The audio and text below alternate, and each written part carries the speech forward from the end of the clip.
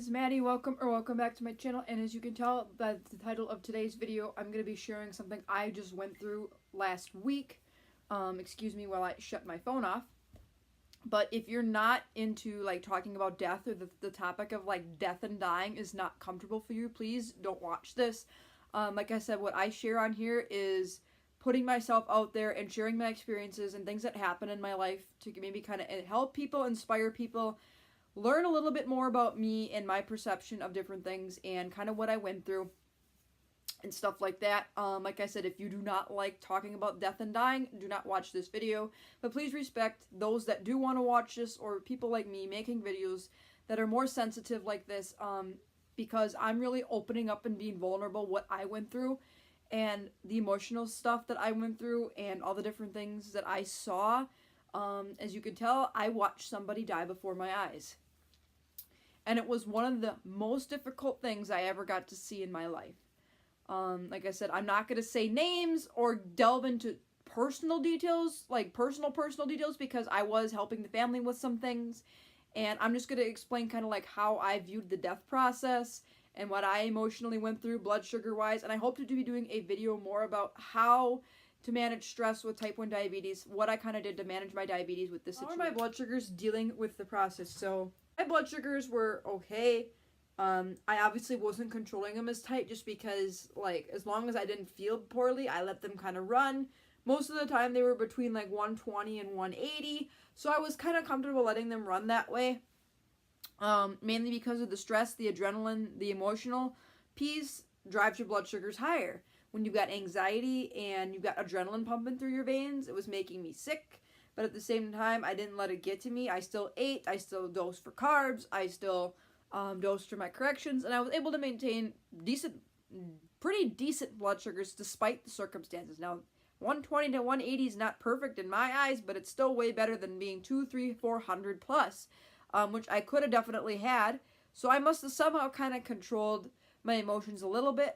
There was like 1 or 2 times I got up to 220, but I corrected myself and then ended up dropping really low at a couple points. So, you know, it's a matter of balance. And like I said, I'm going to discuss more about my actual blood sugars after, but I wanted to put this piece in here and let you guys know kind of how my blood sugars did and dealing with type 1 diabetes. The family was very, very open and accepting about that. Like, they all knew like I had type 1 diabetes, so they weren't freaked out about me giving myself shots or looking at my monitor or hearing my alarms go off. If that was the case, they were very, very open and accepting about that, which to me made me feel more comfortable dealing with this experience. So with that being said, I'll continue to talk more about the death part of it. So I was this person's caregiver for quite a long time. She was an older lady. She lived to be 97 years old. And I'm going to call her B for this video. Just to keep the family member's name private. So B was a very special person to me. She was always friendly, always caring, and the last few weeks before she died, I watched her slowly decline. She was getting to the point where like her memory wasn't good, her physical capabilities weren't good, and hospice came in, and we did everything we could to make her feel comfortable. So the 4 days before she passed away, I was at their house or her house, aiding the family, staying by her side, doing more of the church things with her just because we were both part of the same church. We were both Catholic.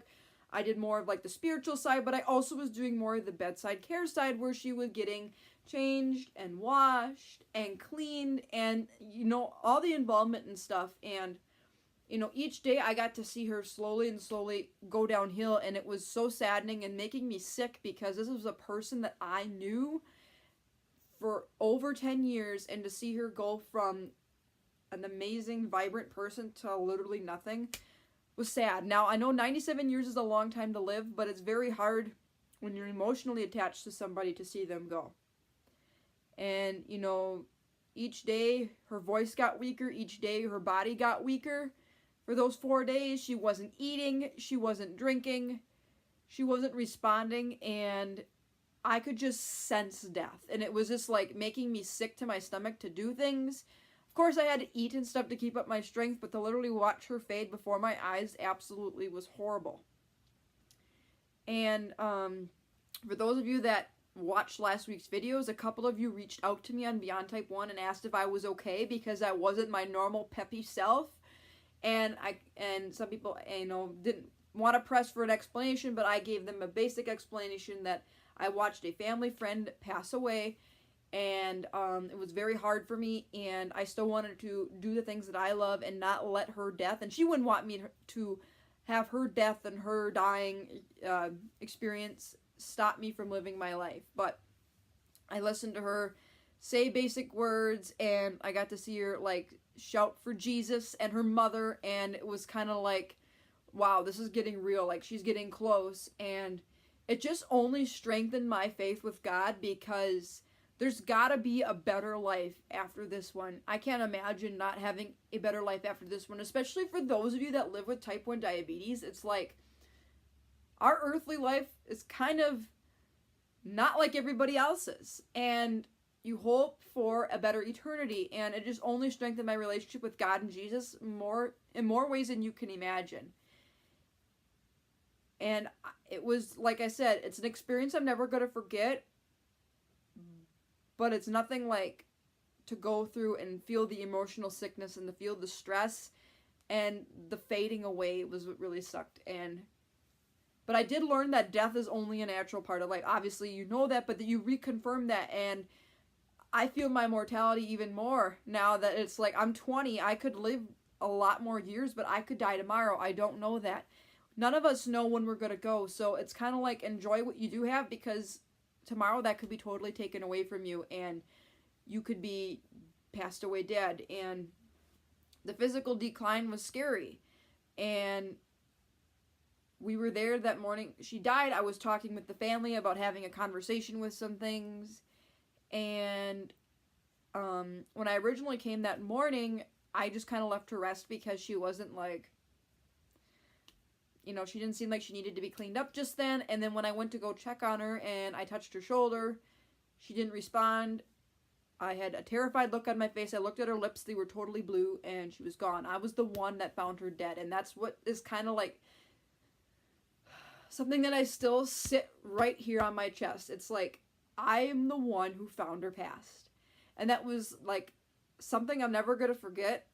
But it almost scarred me for a little bit. It scarred the living crap out of me, because I touched her and she was cold, but yet her neck was still warm. So she literally passed within 3 minutes. And I had this instinct to get up and check on her, and I found her just passed. And none of us knew she passed. She made no gasp, no flailing of arms, no letting go of any body fluids. It was like the most peaceful death. And it was so beautiful, but at the same time so weird. And, it was just like, to see that right before your eyes is something that you're never going to ever forget. And it does mold you kind of to, like I said, accept that mortality is part of life. But keeping your faith and knowing that there's a better life beyond what you see is amazing. And I got to see the whole bodily process of rigor mortis, and I helped hospice move the body after she was gone, and that was a hard thing to stomach. Like I said, a lot of these things I'm talking about are very difficult for some of you to bear, and it's okay if you don't, but I'm sharing this for people that would be interested in listening about this. It was just like a whirlwind. Like, it was like 4 days, and then boom, my best friend was gone. Before my very eyes, she turned into someone I didn't know. She was telling things that weren't true, didn't know my name for some of it, but then knew my name. It was almost like watching her brain go, watching her body go, watching her spirit go was super hard too, because it's like, that's not the person I knew. And the thing I'm thankful for is that she had a very peaceful and beautiful death. It wasn't a struggle. Yes, she did linger for 4 days, but there was no gasping. Like I said, there was no expulsion of any fluids. There was no flailing or yelling or screaming or pain. She was comfortable, and it was so neat to see that. And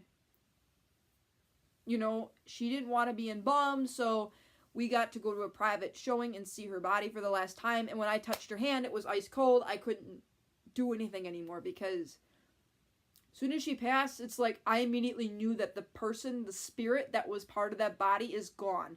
All there's left is a mass of cells. It's just a body. To me, it's not the person. I know the spirit has been set free and has passed on to eternal life. And, you know, there's people that like to touch dead bodies and hold dead bodies. I'm not one of those people. I found that out really, really quickly. Yes, I kissed her on the head, like, right after she died. But to, like, feel her body in rigor mortis and to touch her hand for the last time, it's like, I didn't want nothing to do with it. It was just like, ugh, no. Because the cold, to me, signified gone. And to me, it's like, that's not the person. That's the person's body. Like I said, I respect for people that want to do that. It doesn't bother me. But I do what I personally did. And, you know, I was nauseously sick. I was crying for 2 or 3 days. And then, like, at her burial and at, like, the private showing of her body, I didn't really cry at all. It was more like I had something stuck in my chest, but I couldn't cry anymore because I was more happy she was gone. Because to not see her linger anymore, to not see her suffer, to not see her, you know, her decline anymore, it was such a beautiful thing to know that she's gone to God. And I was so happy. You know, it's amazing to go through these processes. And then, like I said, I got to see her do some things too. Like, as she got closer and closer, she was screaming for God and screaming for her mother. And at first she thought, like, dying was silly. And then she later realized, like, I'm going. She kind of, like, said that. So I got to see, like, all the different stages of death, like denial, then acceptance, and then the actual going process. It's like, to see that all at 20 years old was such a... I want to say horrific, because horrific can describe bad and good. Horrible, but terrific. I like to use the word horrific when I describe things like that. It was just a horrific experience. And like I said, I know, like, her spirit is still present with me. Her spirit is still present with the family. I can even feel her spirit present within the house. And I find it kind of a sign that the day she died was April 18th, 2019. That was a Thursday, and it was cruddy weather. And then for 3 to 4 days after, 6 days after, actually, we had gorgeous weather. The day she was buried was absolutely a gorgeous day. So, like, that Friday, Saturday, Sunday, Monday, Tuesday, Wednesday, like, those 6 days were, the most beautiful weather. And I'm thinking how happy the sky is, how happy the earth is. The earth was sad when she left. But now God is rejoicing, and she's rejoicing that she's in a better place, in paradise. And to me, that was such a spiritual sign. It was neat. It was... You know, just knowing that there's better days ahead. And her being Catholic, she died on Holy Thursday, which is pretty spiritual. The Last Supper of the Lord, that was her last day on earth. I thought that was a very spiritual connection. And like I said, she was surrounded by me and 2 of her sons and a daughter-in-law when she passed, so she wasn't alone. But yet we were distracted because she probably didn't want us to see her take her last little breath. She did. Like I said, there was no struggle, but it was just a beautiful experience, and I thought I would share it with you. Like I said, to talk about this was very vulnerable for me, so like I said, please don't get offended when I say some things, but for me to talk about this and talk about the physical, the mental, emotional, I hope it gave you guys some understandings of, you know, maybe recalling some personal experiences if you had, my experiences with death, and how I interpret it. So I hope you enjoyed this video. If you did, give it a thumbs up. Feel free to hit that subscribe button down below. I post videos every week about diabetes, plus more about my life, like you got to see in today's video. And until tomorrow for another video, take care, God bless, be kind, spread positivity, and be thankful. And be thankful for the life you do have, because one day it will no longer exist on this earth. One day we will all pass, one day we will all be gone, and we will be living in eternal paradise. So, I will talk to you guys very, very soon. Bye, everyone.